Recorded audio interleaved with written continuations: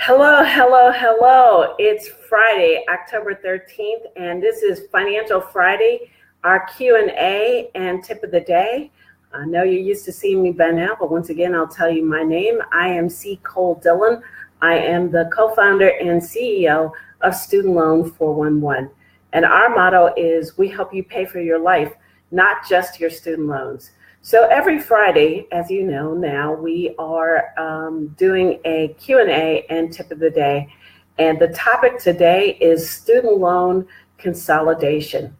The tip of the day is that consolidation is something that you can only do with federal student loans. And if you have private student loans, you have to refinance them. So the obvious question is, well, why would anyone consolidate? There are three good reasons why you might want to consolidate. The first reason is that you can lower your payments. The second is that you can, if you have more than one loan servicer, you can bring all of your loans under a single umbrella. And the third is that once you consolidate your loans into a single umbrella under a single payment plan, it gives you greater options in terms of overall managing your student loan debt. Okay, so we talked about the benefits of consolidation, and we talked about that consolidation is only available for federal student loans. So what happens when you want to consolidate your federal student loans? Well, the first thing that happens is that you should make sure that you know all of the loans that have been taken out in your name.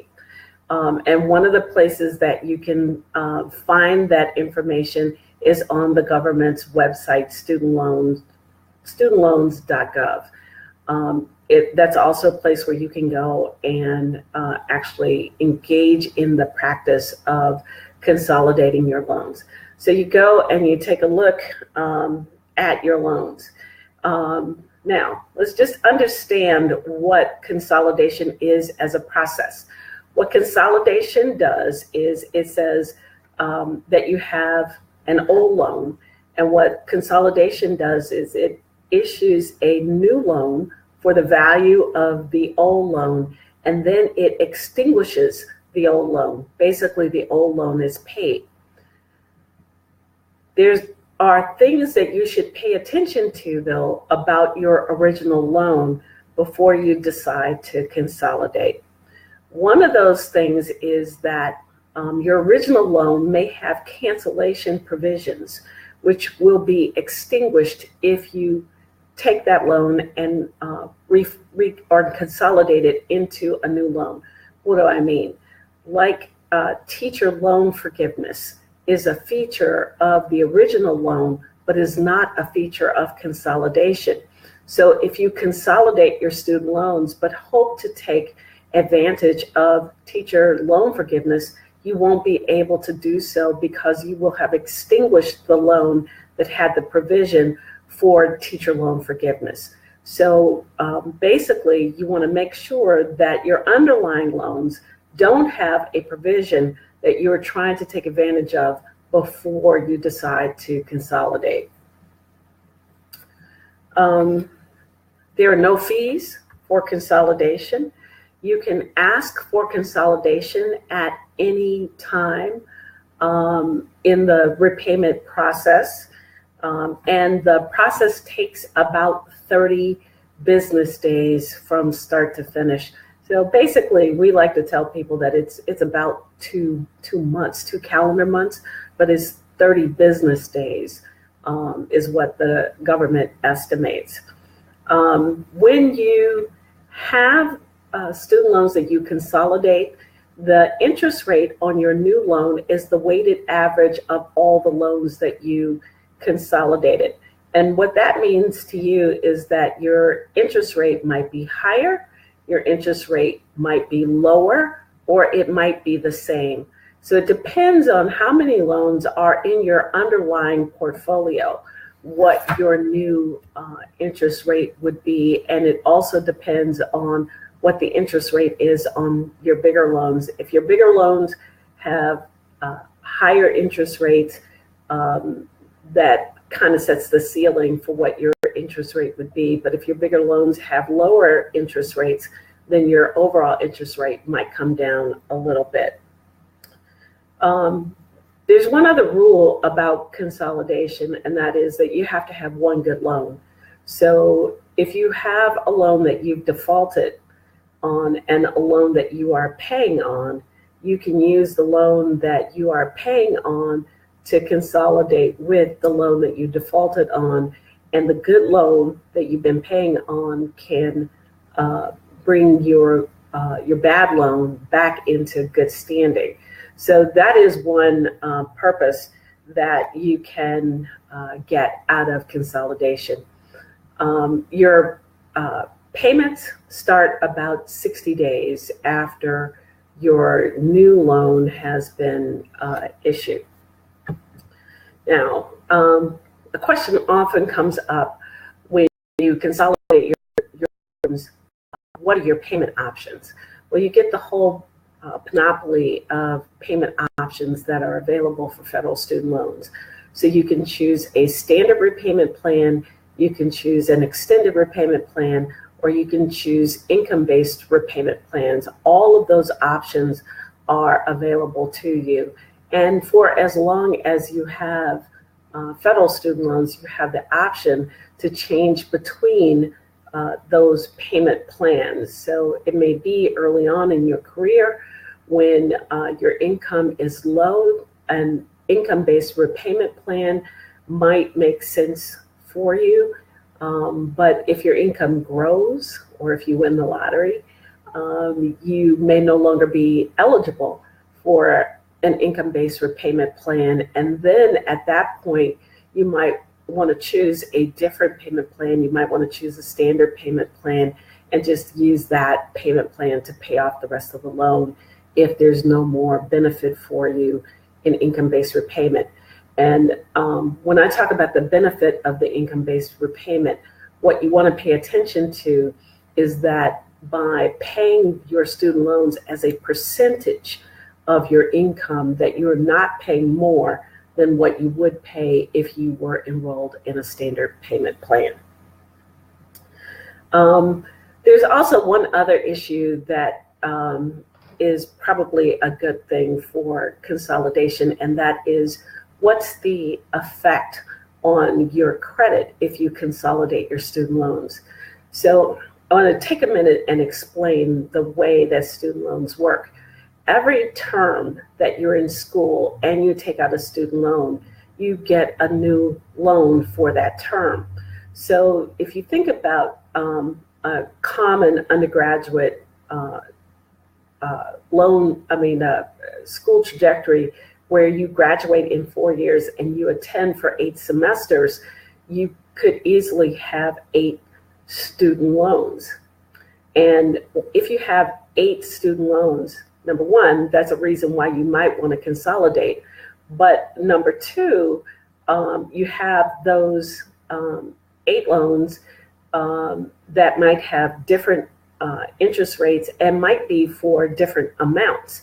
So consolidation might be a good thing for you. And before you consolidate, right, you're going to check and make sure that there's no underlying cancellation benefit that you want to keep.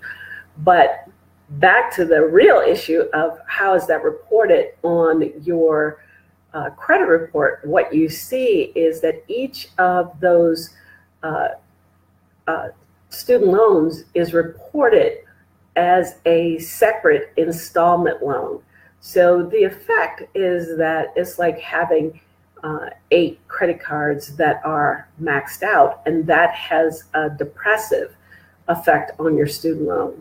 But if you consolidate them, instead of having 8 maxed out student loans, you just have 1 maxed out student loan, and that 1 maxed out student loan will have a better effect on your credit. So if you consolidate, you should expect to see a slight bounce in your credit score. So now we've talked about federal student loans. Let's talk a little bit about private loans. So I told you that in order to consolidate, you have to have a federal student loan. That private student loans are not eligible for federal consolidation, but you can refinance your private student loans. The banks who originally issued a lot of those student loans are no longer in the business of issuing new loans in most cases. And so there are very few of them who are willing to refinance your private student loans. But there are about 6 companies that are well rated who will refinance your student loans. And if you just do a Google search on refinance my student loans, you will find those companies. And they more or less treat borrowers in much the same way. But there are features of refinance that you should look at. So refinance of a private student loan acts pretty much like refinance of any loan product would act. You would turn in your old loan for a new loan, and the interest rate that you're paying actually matters. So you should take a look. You should expect to get a lower interest rate on your student loans if you refinance. And the general rule is that you would be looking to get about 2 points lower to make it worth your while to do that refinance. Refinance has 2 options. You can refinance for a variable interest rate or a fixed interest rate. The variable interest rates start in the high 2s, about 2.75, 2.79. The fixed interest rates are about 75 basis points higher than that, so starting in the mid 3s. So you can have either a fixed rate, a fixed term, or a variable term. And you should choose that kind of based on the same market conditions that you would choose either a fixed or variable term for any other loan product. If interest rates are likely to rise, you certainly want a fixed term. And if interest rates are going down or likely to stay low, you might want to have that variable rate. But all of the companies that are out there, those major 6 companies, are pretty reputable and will do a good job for you. Now, going back to what we've always said about private student loans, they are always, whatever you do with them, whether they're issued or refinanced, based on your credit worthiness. And in all probability, you're likely to have a cosigner on those student loans if you want to refinance them. So the rule of thumb is whenever you are asked to have a cosigner, before you get that cosigner signed up, you want to make sure that you have looked at the cosigner release form, that there is a cosigner release eligibility, and that you take advantage of the cosigner release eligibility as soon as that is possible. So my tip on private student loans is to make sure that you have gotten a copy of the cosigner release before you refinance your loans, and you know what you have to do to release your cosigner. And if you want to get more information about why releasing the cosigner is important, you can go to a private Q&A, a prior Q&A and tip of the day on private student loans, which we did about 2 weeks ago. And it's a whole 15-minute segment on private student loans. So if you want to know what saves you more money, whether consolidation or refinance saves more money, if you consolidate and are able to take advantage of income-based repayment, you will generally save about 3 times as much money to consolidate than you will for refinancing. But if you cannot take advantage of income-based repayment, then you will probably save more money by refinancing your federal student loans as private student loans. However, just know that if you refinance your federal student loans as private student loans, it's a one-way street and you will never get them back. The terms of private student loans are between 5 and 20 years, so you can pick any time along that timeline. You can refinance both your undergraduate and graduate degrees, but if you are delinquent, you are not eligible for refinance. And all of the 6 companies, the major 6 companies that are out there doing private refinance, do offer about a year's worth of unemployment protection. Is not nearly as generous as the benefits that are available under federal student loans. So the tip of the day is that consolidation is only available for federal student loans, and that you should be careful. If you refinance your federal student loans as private student loans, it's a one-way street, and you will never be able to go back and get those federal benefits. So that's our Q&A and tip for today. Today is Friday, October 13th. It's good to see you. I hope you got a lot out of this. We'll be back next week with another Q&A and tip of the day. If you're interested in learning more on student loans, please do go to our website, which is located at www.studentloan411.co, or you can send us a question that might be featured on our Q&A and tip of the day to info or info@studentloan411.co. It's great to see you. It's always good to be here on Friday. I look forward to seeing you again next Friday. Thank you so much.